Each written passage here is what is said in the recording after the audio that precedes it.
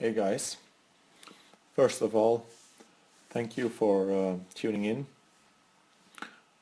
Today I want to show you a little bit of testing footage that I filmed in the forest.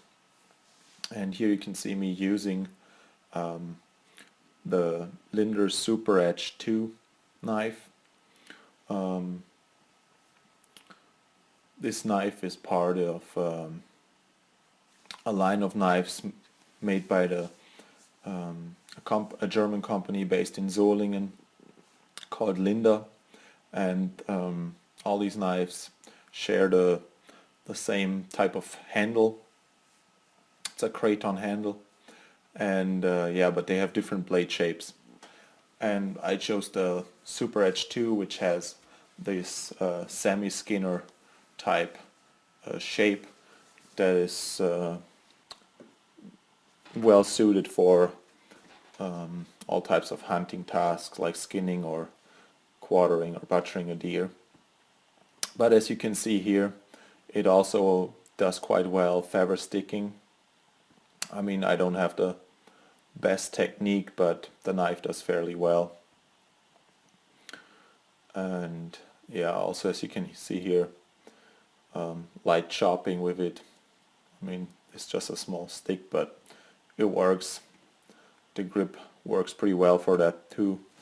The craton handle is nicely shaped, and it has a checkering on the side, and it's contoured, so you don't feel like you will lose the knife when swinging it.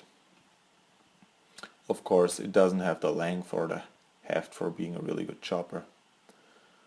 But yeah, a standard task, smaller tasks like this, making a tent peg, yeah, the knife makes quick work of this branch. You can use some light swings to shape the tip, and then finish it off with some carving, more precise cutting, no problem. And then also the notching was really easy. It's easy to hold the knife in sort of like a pinch grip and do finer carving and whittling. Yeah, sorry for the shaky video, but I had to position the camera on the tree trunk that I was actually using for my stage, so it might shake a little bit. Yeah, here I'm shortening the stick and now preparing it for making a tent peg.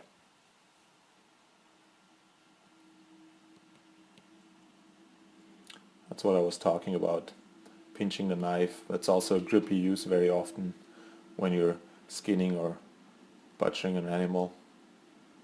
And here I just use the thumb of my support hand to make more precise and powerful cuts to create a notch that will then hold the tent line, rope, or whatever. The same kind of notch can be used to hang a teapot over a fire.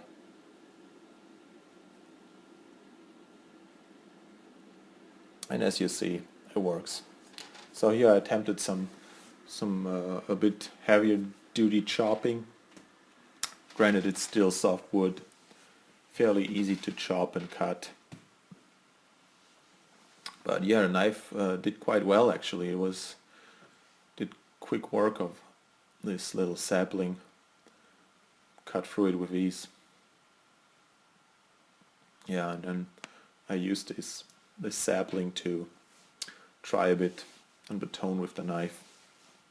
Here I'm cross-grain batoning, which is actually was quite difficult. It was quite hard to cut through this sapling, and I was actually a bit worried about the knife, and I was worried to get some chips in the edge. You see me checking it once in a while, but actually it did fine. Yeah, here I'm cutting it to length so I can batone with it, or batone it. And my baton is quite huge actually. I was really a bit scared I would break the knife or damage it. Also because you have it, the blade here is a slight angle, so that gives more stress to the edge. Yeah, turning around the sapling to finish the cut from the other side.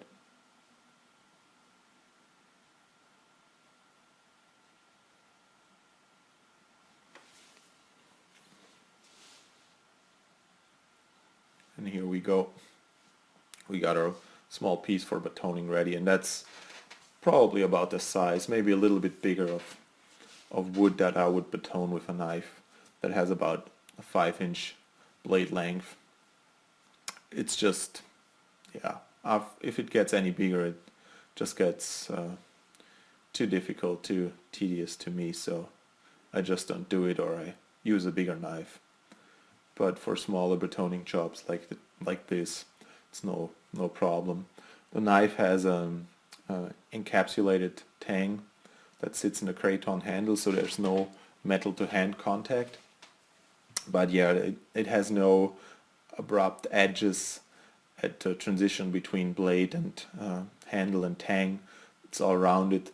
There are X-ray scans on the internet of this particular knife that you can see that it's a rounded transition, which helps prevent any stress points or any weak points where the knife could break during batoning. Yeah, but I wanted to test it and see if I can trust the knife. Here I do a little bit of feather sticking again, just to test the sharpness and test handling of the knife. And yeah, I'm not really great wood for feather sticking, and I'm also not super experienced feather sticking with this particular knife and grind. It has a full flat grind, but it did pretty well, and yeah, it was fun.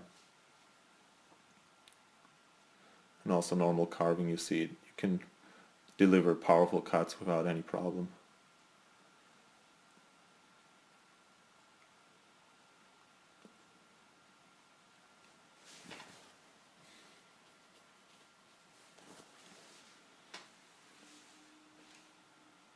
Same thing here, feathers nicely, although this is fairly fresh or completely fresh and green wood. Still can get some nice fine shavings with the super edge.